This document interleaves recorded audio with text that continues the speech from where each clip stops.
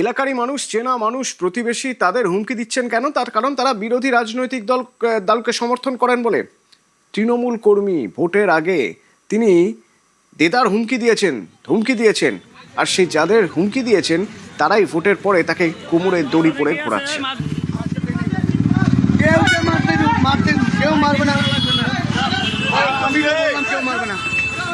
কোচবিহারের ঘুঘুমারি বাজারের ঘটনা।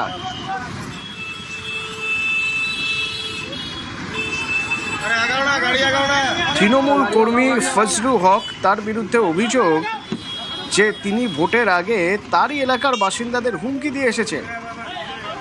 ভোট মিটতেই এবার উলটপুরান।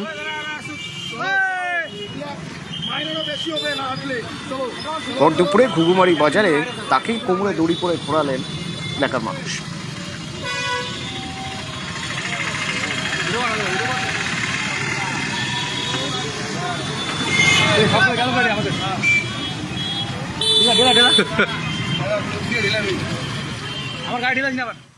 আর ওদিকে পূর্বস্থলীতে তৃণমূল কর্মীকে লক্ষ্য করে ডিম ছোড়া হচ্ছে।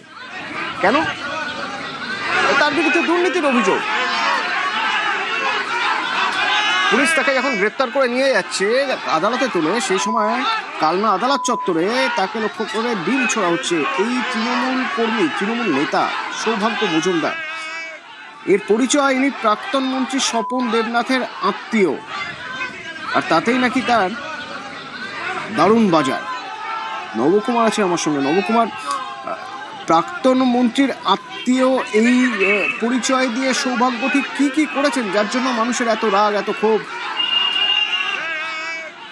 দেখা অথন্য বিষয়টা হচ্ছে যে এই সৌভাগ্য মজুমদার তিনি হচ্ছেন প্রাক্তন মন্ত্রী স্বপন দেবনাথের নিজের ভাগ্নে, এবং তার প্রথম থেকেই এতটাই এলাকায় দাপট ছিল, সে বিভিন্ন জায়গায় যে যুব সভাপতিও তিনি ছিলেন তৃণমূল কংগ্রেসের, এবং তারই প্রভাব খাটিয়ে বিভিন্ন মানুষের এলাকায় তার একটা ত্রাস ছিল, সে জায়গায় হুমকি দাঙ্গা তার থাকতো। এবং আজ যে ঘটনাটার পরিপ্রেক্ষিতে তাকে তোলা হয়েছে, ঘটনা হচ্ছে তার 10 লক্ষ টাকা সে তোলাবাজির অভিযোগে তাকে গ্রেপ্তার করেছে পুলিশ। এবং নদনঘাট থানা পুলিশ যখন সেই মুহূর্তে পার করে তাকে কালনা আদালতে নিয়ে যাওয়ার পথে সেই এলাকাবাসীরা তাকে ঘিরে ধরে তাকে রীতিমতন স্লোগান চোর দিতে থাকে এবং ডিম ট্রাফি করে। এই ঘটনার পরিপ্রেক্ষিতে যে তিনি যে এতটাই নির্মম ছিলেন, এলাকাবাসীর এতটাই তার উপরে ঘৃণা ছিল, সেই প্রকাশ করতে থাকে। কারণ যে মামা তার স্বপন দেবনাথ এলাকার বিধায়ক তথা প্রাক্তন মন্ত্রী ছিলেন, তার প্রভাবে তিনি একাধিক এরকম বেআইনি কাজ করতেন, বিভিন্ন জায়গায় তোলা তুলতেন এবং তারপরে লোকদের ভয় দেখাতেন, বিভিন্ন বিষয়ে তার অনেক কীর্তি ছিল। এই ঘটনার পরিপ্রেক্ষিতে এলাকাবাসী ক্ষিপ্ত হয়ে ওঠে এবং যখনই নাদনঘাট থানা থেকে পুলিশ তাকে টেনে বার করে নিয়ে যায় গাড়িতে, সেই সময় ধন্যবাদ। গোটা পূর্বস্থলী দক্ষিণ বিধানসভার মানুষ আজকে খুশির দিন। প্রাক্তন বিধায়ক স্বপন দেবনাথ গোটা পূর্বস্থলী দক্ষিণ বিধানসভার মানুষের ওপর অত্যাচার হয়েছে। আজকে থেকে পূর্বস্থলী দক্ষিণের সমস্ত চোর ধরা শুরু হলো এবং আজকে তার শুভ সূচনা হলো। তবে আমার মনে হয় উনি অবৈধ ভাগ্নে, না হলে অবৈধ কাজের সঙ্গে কোনোভাবে উনি জড়িত থাকতে পারতো না। ভাগ্নেকে দিয়ে শুরু করলাম এবং আগামীকাল মামার পালা।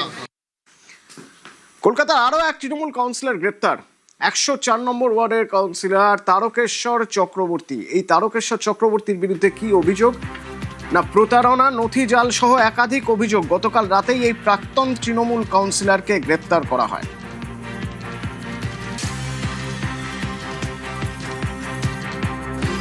উনি বিভিন্নভাবে একটা জাল বিস্তার করেছেন।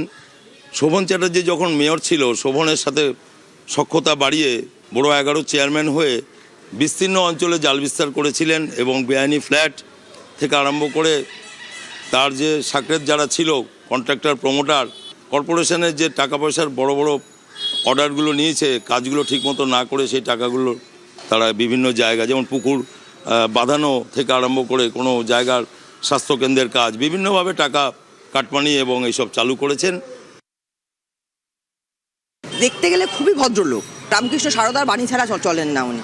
ওনার 2 জন, এক হচ্ছে রাহুল ঘোষ আর 2 হচ্ছে বিট্টু। এদেরকে নিয়ে মহিলা কেস আছে।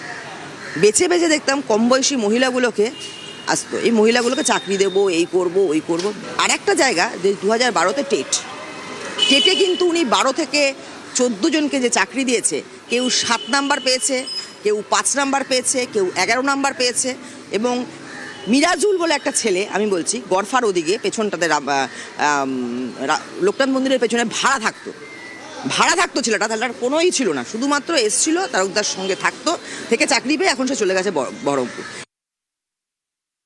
কমপ্লেন মেইনলি হচ্ছে ইলেকশন 2015 আমি ক্যান্ডিডেট ছিলাম ভারতীয় জনতা পার্টির। সেকেন্ড হাফের পর থেকেও গুন্ডামি শুরু করে, ত্রাস শুরু করে, বাইরের লোকজন সমেত সব নিয়ে বুথ এজেন্টদের বার করে মেরেছে। ইন্দিমিটা আমার বাড়িতে গাদা লোক ভিড় করে 10 জন মিলেও ঢুকেছে আমার ঘরের দরজা ভেঙে তছনছ করেছে, লুটপাট করেছে, থ্রেট করেছে, খুন করার হুমকি দিয়েছে, সব করেছে। আমার মিসের গায়ে হাত অব্দি দিয়েছে। তারকেশ্বর চক্রবর্তী নিজে দীর্ঘদিন বাড়ি ছিলাম, তার পরবর্তীকালে আমি বাড়িতে আসতে পারি এবং আসি। প্রত্যেক ইলেকশনে একই জিনিস করেছে। 26-এর নির্বাচনে ভোটের দিন ভোট দিয়ে ফিরছি, আমাকে সুরত পার্কের মোড়ের ওখানটায় ধরে আমাকে বলছে 4 তারিখের পর তোর হিসাব হবে, এবার আর তোকে ছাড়বো না। আমি দেখলাম এবার কমপ্লেন না করলে নয়।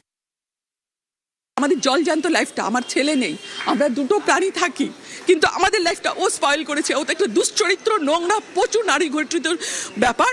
ইভেন আপনারা সাপুই পাড়ায় যান, আশিস সাপুইকে কি করেছে সবাই আপনাদের সাইলেন্টলি বলবে, সামনাসামনি কেউ বলতে পারবে না। ভয় ভয় ভয় ভয়। পরিবার আমাদের লাইফ স্পয়েল করে দিল। তারপরে ও 55 লাখ টাকার কাজ, না 50 to 55 lakhs হবে, সেই কাজগুলো থ্রেট দিয়ে তুই কি করে কাজ পাস দেখবো, তুই কি করে এখানে থাকিস দেখবো। ও কর্পোরেশনের কন্ট্রাক্টর, ওর পাওয়া কাজ, ওর টেন্ডার কাজ ও ছাড়তে বাধ্য হলো, ওকে এমন থ্রেট দিল। প্লাস ধ্রুপদের থেকে একবার টাকা চেয়েছিল। এই যে ধ্রুপদ নামে যে ব্যাপারটা, এখান থেকে কোটি কোটি টাকা এরা নিজেরা নয়ছয় করেছে। সঙ্গে আছে বাপি দত্ত। বলছি আমরা নিউজ 18 বাংলা থেকে এসেছিলাম। বাড়িতে আছেন?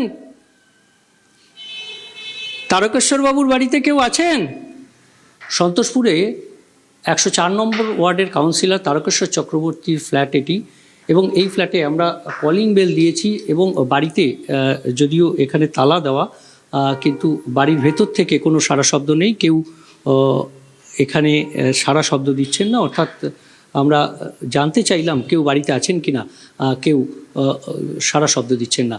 যদিও বিভিন্ন নির্বাচনোত্তর হিংসা থেকে শুরু করে বিভিন্ন ধারায় সার্ভে পাক থানায় কাউন্সিলর তারকেশ্বর চক্রবর্তীকে গ্রেপ্তার করা হয়েছে। ক্যামেরায় রাজীবের সঙ্গে বিশ্বজিৎ, নিউজ 18 বাংলা।